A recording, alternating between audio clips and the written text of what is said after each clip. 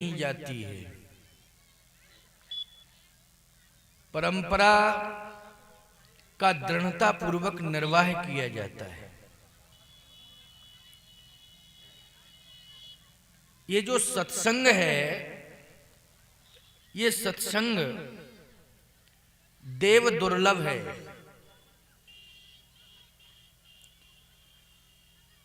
बैकुंठ में बैठने वाले लोग भी बैकुंठाधिपति का दर्शन कर रहे हैं, लेकिन सत्संग नहीं सुन पा रहे हैं। वो अपने पुण्यों के प्रभाव से, सत्कर्मों के प्रभाव से बैकुंठ तो पहुंच गए, लेकिन वहां उन्हें भगवान का दर्शन हो रहा है और मुक्ति देवी उन पर अनुग्रह किए हुए हैं, लेकिन सत्संग नहीं सुन पा रहे हैं वो। इसलिए कबीरदास जी ने कहा था, जब भगवान ने बैकुंठ में कबीरदास जी को बुलाया तो कबीरदास जी ने साफ मना कर दिया कि मैं बैकुंठ नहीं जाना चाहता।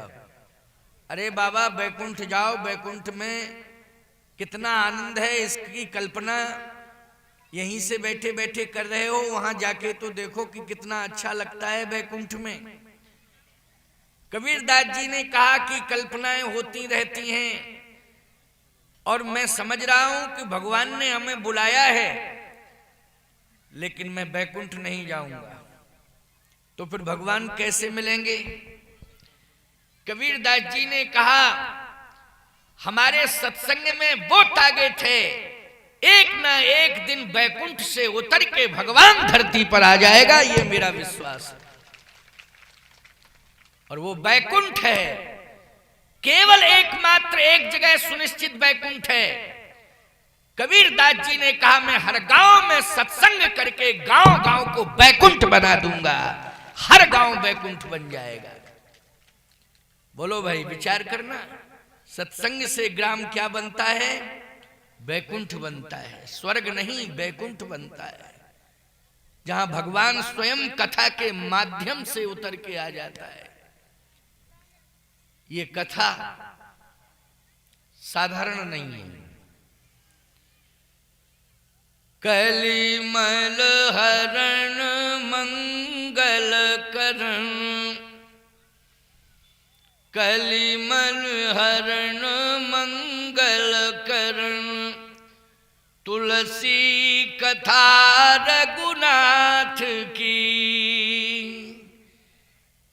कली के मल का हरण करने वाली, जन जन का मंगल करने वाली, ये भगवान की कथा है। मंगल भगवान की कथा सुन के ही मिल सकता है।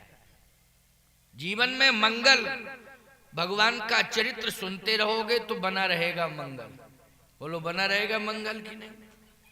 और यदि भगवान की कथा से दूर हो गए, सत्संग से दूर हो गए, यज्ञ से दूर हो गए, इस धरती से तुमने धर्म को दूर कर दिया, अपने जीवन से धर्म सत्कर्म दूर कर दिया, तो मैं एक बात कहता हूं, ये शरीर देखने में जरूर लगेगा कि जीवित है, लेकिन सत्य तो यह है कि ये धर्म की दृष्टि में, संतों की दृष्टि में, शास्त्रों की दृष्टि में ये शरीर इंसान की दृष्टि में जीवित माना जाएगा, लेकिन भगवान की दृष्टि में मुर्दे के समान माना जाएगा कि ये मुर्दे के समान है, कोई कीमत नहीं इसकी। भगवान की नजरों से तुम गिर जाओगे।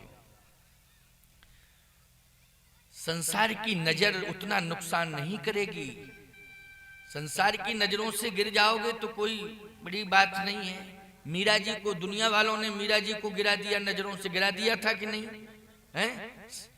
संतन संग बैठ बैठ लोक लाज खोई, तो लोक लाज खोई का अर्थ क्या करोगे? लोक के लोगों ने नजरों से गिराया कि नहीं गिराया?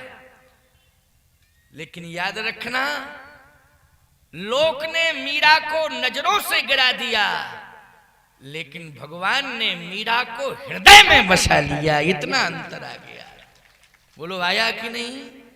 इसलिए मैं कहता हूं कि भगवान की नजरों से मत गिरना, भगवान तुम्हें देखते रहें ऐसा काम करना, भगवान के चरणों में तुम्हारा ध्यान रहे, भगवान के चरणों में तुम्हारा मस्तक झुका रहेगा तो भगवान की सीधी नजर तुम्हारे ऊपर पड़ेगी। बोलो पड़ेगी कि नहीं? ये सत्संग से ही प्राप्त हो सकता है, इसके अलावा और कोई दूसरा उपाय नहीं है।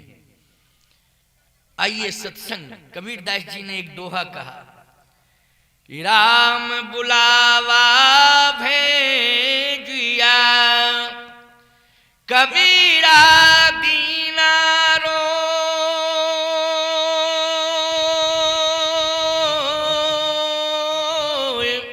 और जो सुख है सत्संग में सो बैकुंठ न होए, जो सुख है सत्संग में सो बैकुंठ न होए। जो सत्संग में मुझे सुख मिल रहा है वो सुख बैकुंठ में मिलने वाला नहीं है, इसलिए बैकुंठ मुझे प्रिय नहीं। बैकुंठ की चर्चा बंद कर दो, बैकुंठ के बारे में कोई बात मत करना। इस धरती पर सत्संग में बैठकर मुझसे प्रश्न करना, मैं तुम्हें उत्तर दूंगा, उत्तर दे करके तुम्हारे संकट को दूर करूंगा, तुम्हारी शंकाओं को दूर करूंगा और तुम्हें संकट से दूर करूंगा।